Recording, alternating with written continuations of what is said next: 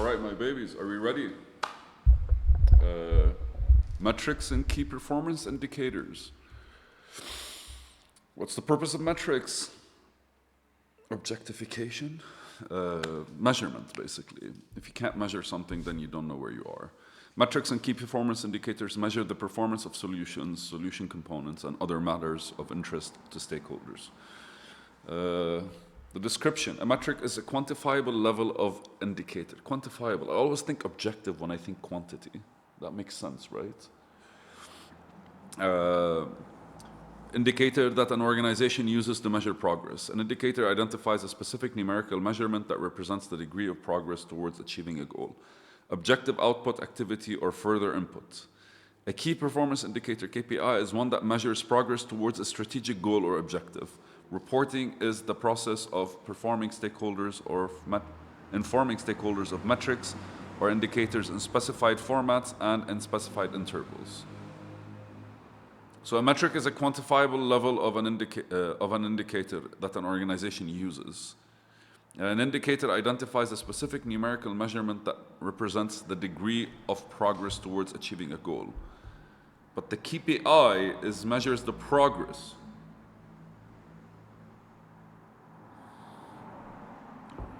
So the metric represents the degree and the KPI represents the progress towards a strategic goal or objective. Right? What is the difference, man? Is there? It's a quantifiable level of an indicator, right? So like, a KPI is an indicator, a metric is an indicator as well.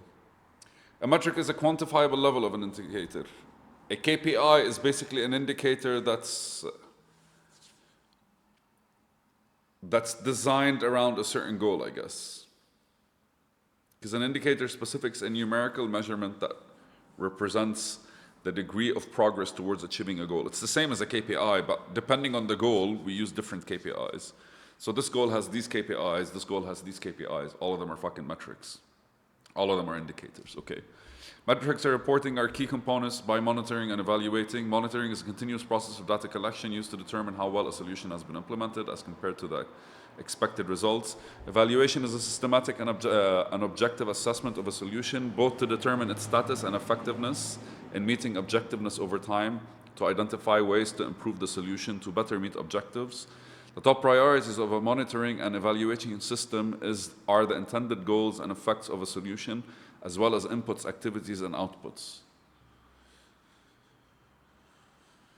I mean, like here, they're just telling us where metrics can fit. It can fit everywhere. It can fit by how well you're doing, how you're approaching your goal. If your goal is actually being effective or efficient, it's a system. The objective assessment of a solution helps kind of like, there are sales metrics, there are growth metrics, there are operational metrics. It doesn't fucking matter, right? Like, you figure it out. 1 second though, I just got an idea. All right, I'm back. So what are the elements? The indicators, right? An indicator displays the result of analyzing one or more specific measures of addressing a concern about a need, value, output, activity, or input, or a table, or a graphical form. All right.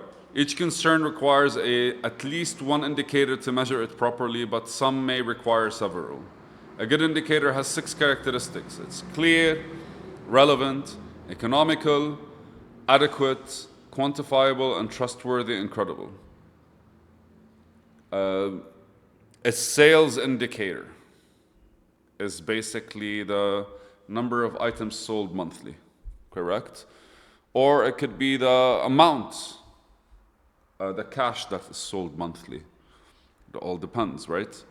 In addition to these characteristics, stakeholders' interests are also important. Certain indicators may help stakeholders perform or improve more than others over time. Weaknesses in some indicators can be identified and improved. I really want them to give me an example. Not all factors can be measured directly. Proxies can be used when data for direct indicators are not available. or when it is not feasible to collect at regular intervals. For example, in the absence of a survey of client satisfaction, an organization might use the proportion of all contracts renewed as an indicator. That makes sense, right? Because like, I either go talk to my customers and be like, hey guys, like how are you feeling about what we're doing, versus like, oh hey guys, you're renewing, so I'm assuming we're doing good. And when establishing an indicator, business analysts will consider its source, method of collection, collector, and the cost. Frequency and difficulty of collection. Secondary sources of data may be the most economical, but to meet the other characteristics of a good indicator, primary research such as surveys, interviews, or direct observations may be necessary. Okay. The method of data collection is the key driver to monitoring evaluation. Then we have metrics. Metrics are quantifiable levels of indicators that are measured at a so a metric is the quantifiable part of an indicator, right? Like, sales is an indicator, but $5,000 a month is a metric. Like, the amount of items sold is a metric, or the price of items sold is a metric.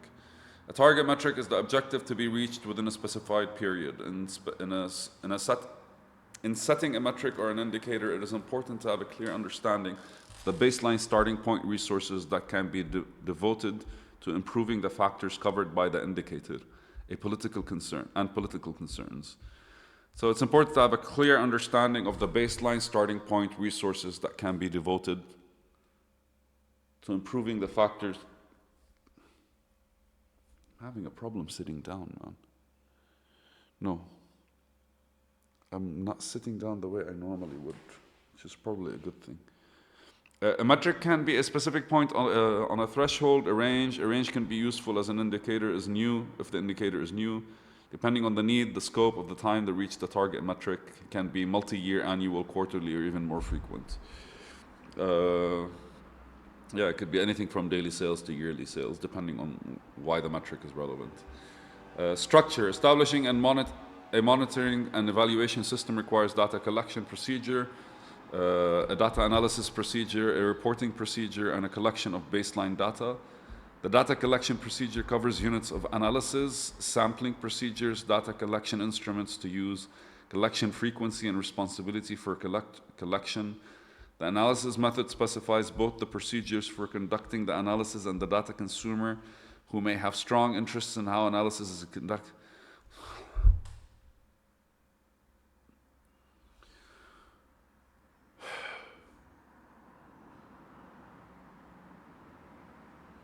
You know what, man? I don't know why they don't put them on top of each other, like 1, 2, 3, 4, 5, 6, 7, 8. Like, stupid long ass fucking paragraphs. Stupid. Split them. The data collection procedure covers units of analysis, sampling procedures, data collection instruments to use, collection frequency, and responsibility for collection. All right. What is that? We're basically like, what are we collecting and from where? Okay. The analysis method specifies both the procedures for conducting the analysis and the data consumer, who may have strong interest in how the analysis is conducted. The analysis method specifies both the procedures for conducting the analysis and the data consumer, who may have strong interests in how the analysis is conducted. The reporting procedure covers the report, templates, recipients, frequency, and means of communication. Okay. So in the analysis, you have to consider how the consumer basically interacts with the fucking data. Why the data is relevant, because of how the consumer interacts.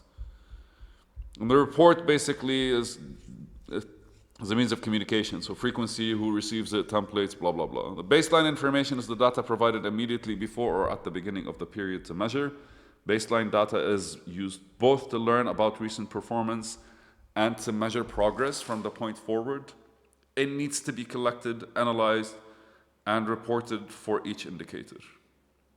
There are 3 factors in assessing the quality of indicators and their metrics: reliability, validity, and timelines. Reliability is the extent to which the data collection approach is stable and consistent across the timeline and space. You get it? Like here, reliability, validity, and timelines. Like reliability needs to be its own fucking space, like dot, Like it's not bullet points. It's bullet points. It's not like sequential 1, 2, 3, 4, 5. It's dot, dot, dot. Validity is the extent to which data is clear and measures the performance organization, like is it valid data, right?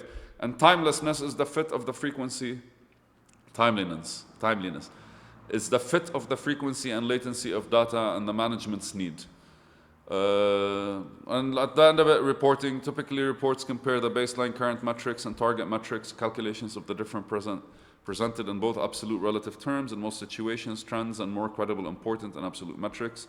Visual presentations tend to be more effective than tables, especially when you're talking to like dum-dums. But here, man, it's very data intensive, right? Like you're talking about metrics, which means where we were last month, this month, and next month, and what other metrics are getting into play, and how we scale, and how we grow, and how it changes, and what decisions are we taking because of these metrics and KPIs, right? Like all of these are actually important. So like, our visualization, stories, theories, philosophies, actual written reports, beautiful stuff. What are the strengths? Establishing a monitoring and evaluation system allows stakeholders to understand the extent to which a solution meets an objective, all right, as well as how effective the inputs and activities of developing the solution outputs were. Indicator metrics and reporting also facilitate organizational alignment, linking goals to objectives, supporting solutions, underlying tasks, and resources. That makes sense. What are the limitations? Well, gathering excessive amounts of data beyond wait. Indicators, metrics, and reporting also facilitate organizational alignment. Absolutely. There are specific numbers that we have to be able to show. There are specific numbers that I think 3 numbers every fucking that should be the goals. That always should be the goals. And with those numbers in play, we kind of like always are shifting, approaching, and building around it. What are the metrics? What are my 3 numbers? Yeah.